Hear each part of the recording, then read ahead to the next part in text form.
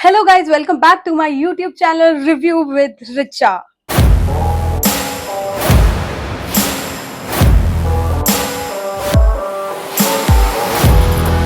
तो आज हम रिव्यू करने वाले हैं YRF के स्पाई यूनिवर्स की अगली मूवी के ट्रेलर का, अल्फा का। रिसेंटली उसका टीजर रिलीज हुआ था और काफी ज्यादा ट्रोल किया गया था आलिया भट्ट को, क्योंकि हमने आलिया भट्ट को अभी बहुत ही डिफरेंट डिफरेंट कैरेक्टर्स में देखा है, बट वो कैरेक्टर काफी स्ट्रांग लग रहे थे। फॉर एग्जाम्पल राजी, हाईवे।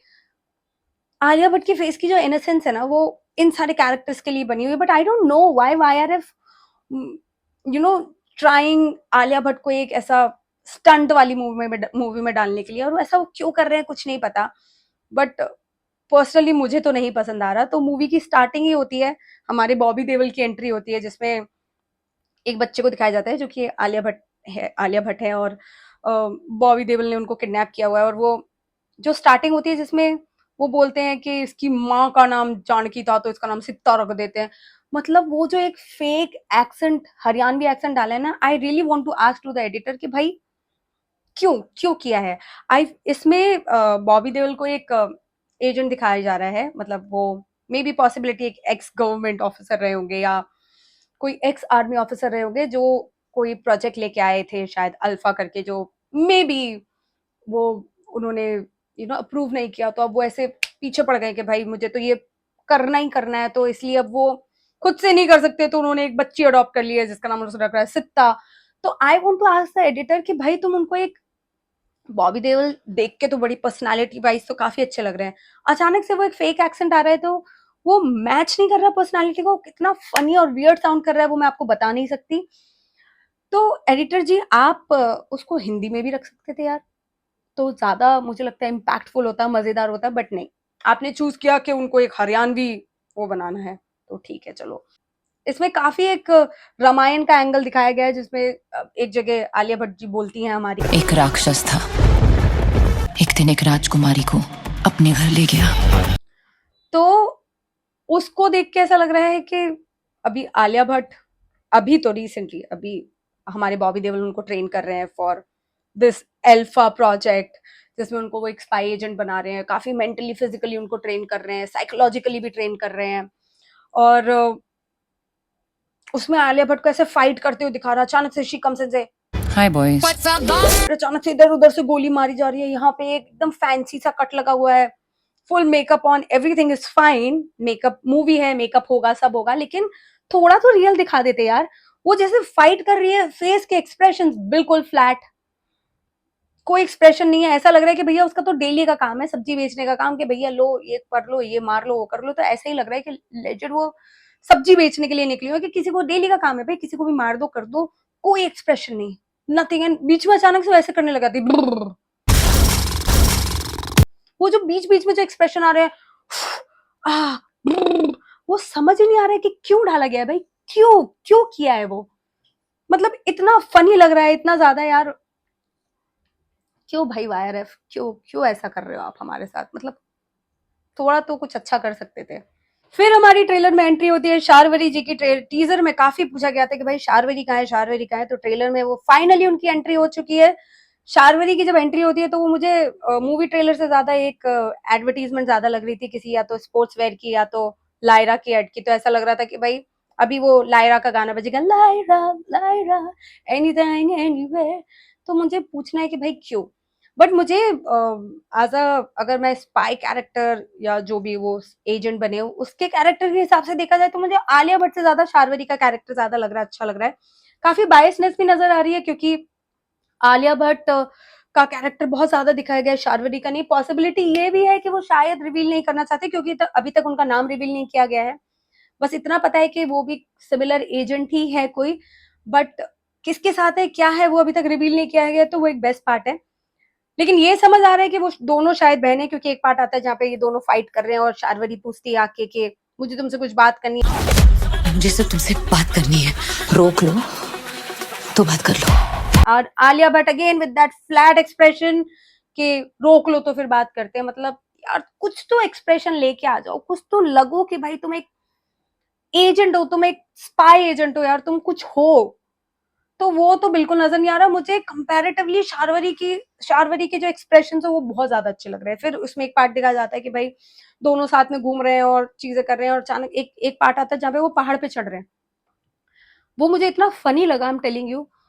वो एक पहाड़ पे चढ़ रहे हैं और दोनों एक दूसरे की हेल्प कर रही है ऐसा नजर आ रहा है, और उन्होंने ट्रैक पैंट पहना है, बैकपैक लिया है, स्नीकर्स पहने हैं, कुछ सपोर्ट नहीं है, कुछ नहीं है, उतने ऊंचे पहाड़ पे चढ़े जा रहे हैं। वो तो मुझे ऐसा लग रहा था कि माउंटेन ड्यू की एड चल रही है, कोको कोला की एड चल रही है, बस ऐसे ही आगे ऊपर चढ़ के बोलेंगे कि भाई सीता बबीता जाके बोल रही है डर के आगे जीत है।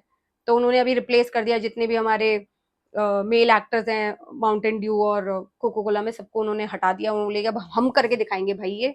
तो ये तो बहुत ही ज्यादा फनी दिख रहा था मुझे, मतलब मुझे तो लग ही रहा था कि क्या है भाई, थोड़ा कुछ तो तुम डाल सकते थे ना, मतलब कुछ तो कर सकते थे।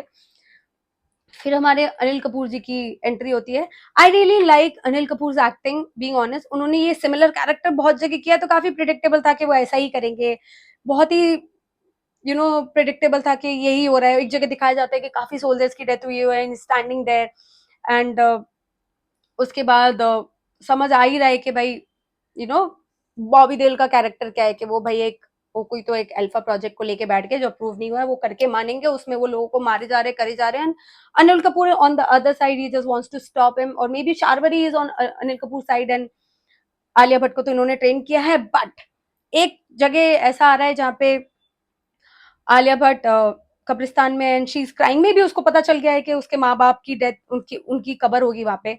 और एक एक जगह आती है जहाँ पे आलिया भट्ट को ऐसे बॉबी देओल ऐसे, पता नहीं, वो तो इतना फनी लग रहा है क्योंकि लुक एट बॉबी देओल, इतना और इतनी पतली सी आलिया, एकदम नाजुक सी क्यूट सी लड़की, एकदम वो मतलब मैच ही नहीं हो रहा भाई। मैं क्या बताऊँ, इतना फनी लग रहा है कि उसको ऐसे लेके ऊपर लटका के रखा है और वो उसको कुछ तो वो बोल रहा है। मतलब वो मुझे किसी ऐसा लग रहा था कि हल्क ने किसी को उठा के रखा हुआ है, किसी छोटी सी प्यारी सी बच्ची को। और वो बहुत ही एक फनी पार्ट लग रहा है। और मुझे लगता है कि ये जो एंगल है ये दिखाना ही नहीं चाहिए था इनको, क्योंकि अभी तक आलिया भट्ट का बहुत ही नेगेटिव एंगल दिखाया जा रहा था, like negative negative negative negative. अचानक से आलिया भट्ट का ये पॉजिटिव एंगल दिखा दिया कि now she is trying to kill Bobby Deol.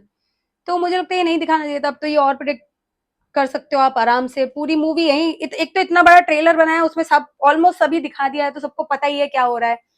तो अब ये भी हो सकता है कि अब वो दोनों बहनें मिलके विद अनिल कपूर बॉबी देओल को मारेंगी। बॉबी देओल का तो काम खत्म होगा ही एंड में, क्योंकि भाई वो है ही, वो पता नहीं कोई गंदा सा प्रोजेक्ट कर रहा है जिसमें लोगों को मारे जा रहे हैं, तो वो तो मरेगा ही। पूरी मूवी में जितने घटिया एक्सप्रेशंस आलिया ने दिए हैं वो तो मैं कुछ बोल ही नहीं सकती भैया, थोड़ा बहुत तो रॉ कर देती, जो कि नहीं हुआ उससे।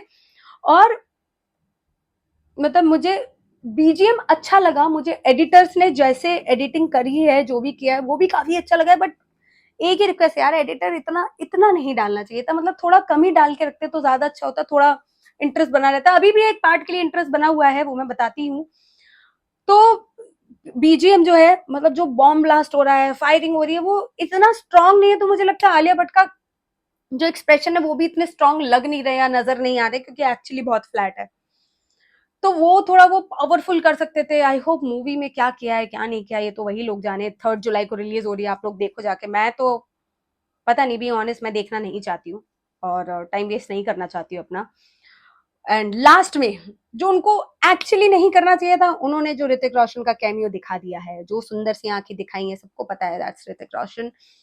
अब या तो वो किसी मूवी का प्रमोशन कर रहे हैं, या पॉसिबिलिटी ये है कि ऋतिक रोशन, क्योंकि बॉबी देओल आलिया भट्ट का बाप नहीं है, क्योंकि वो बोलती है कि एक राक्षस था, वो एक रानी का अपहरण करके ले आया, जो भी किया। तो बायोलॉजिकल फादर बॉबी देओल तो नहीं है, उसने बस बड़ा किया है उसको, और उसको फिजिकली मेंटली साइकोलॉजिकली ट्रेन किया है। पॉसिबिलिटी ये सकती है कि ऋतिक रोशन आलिया भट्ट का बाप निकले, या पता नहीं वो किसी नई मूवी की एंट्री हो, जैसे हर मूवी में टाइगर जिंदा है, बाकी इन लोगों ने इन्होंने की है, तो पॉसिबिलिटी ये वाईआरएफ ये कुछ भी कर सकता है। लेकिन this movie is a disaster, ये तो मैं बोल सकती हूँ।